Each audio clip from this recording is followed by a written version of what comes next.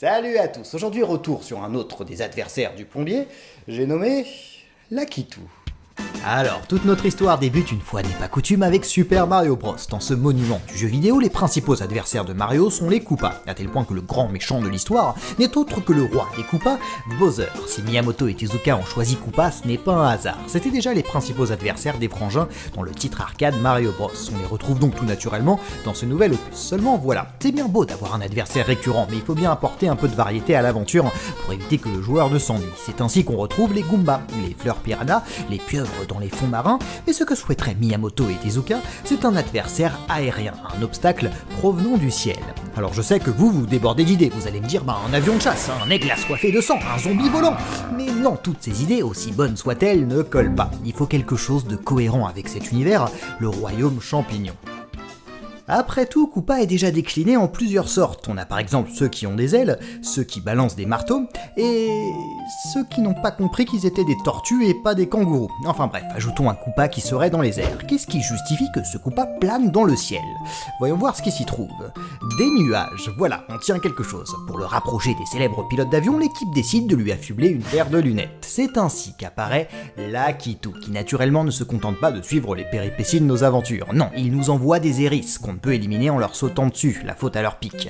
Lakitu va devenir un adversaire récurrent de la série. On le retrouve dans Super Mario Bros 3, on a le classique, et celui qui jette des hérisses verts qui restent en boule. Un calvaire à éviter. Dans Super Mario World, il est aussi présent. Pour la toute première fois, il est possible de lui voler son nuage. Bien pratique pour passer tout le niveau en évitant les différents obstacles. J'avoue y avoir eu recours un certain nombre de fois.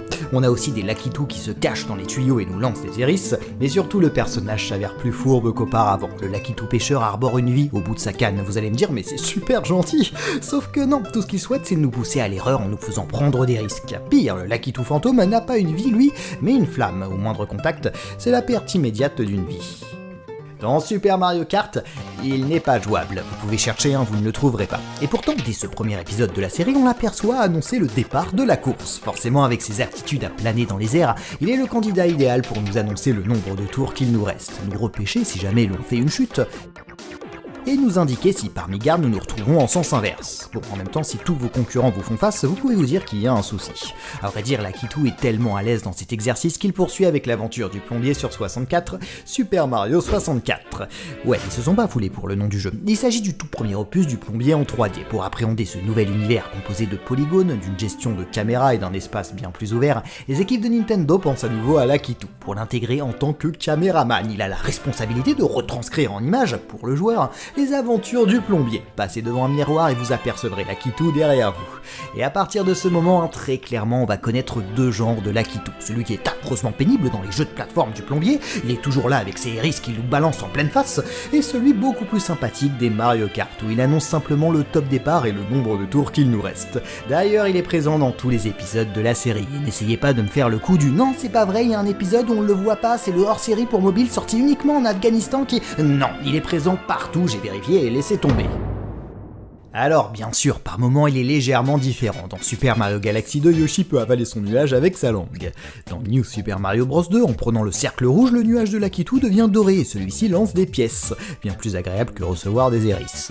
Il est beaucoup plus amical dans le dernier épisode Mario Odyssey. Ici, on en prend possession grâce à Cappy et on essaye de trouver des lunes à des endroits habituellement inaccessibles.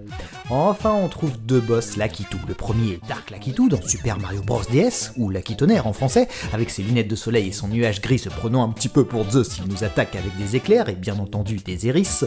Enfin, dans Super Mario Galaxy 2, nous avons King Lakitu, qui serait le roi des Lakitu. Lui aussi nous balance des hérisses qu'il nous faut lui renvoyer en pleine face. Voilà, Lakitu est un petit personnage de l'univers Nintendo, dérivé parmi d'autres de Koopa. Le plus amusant, c'est que de sa première apparition à aujourd'hui, si ce n'est une évolution graphique, il n'a pas changé d'un poil et a su conserver avec brio, au fil des épisodes, sa fonction d'obstacle aérien à notre cher plombier. Mais s'il est l'un des Koopas les plus célèbres du royaume champignon, c'est très certainement grâce au rôle central qu'il occupe dans la série des Mario Kart.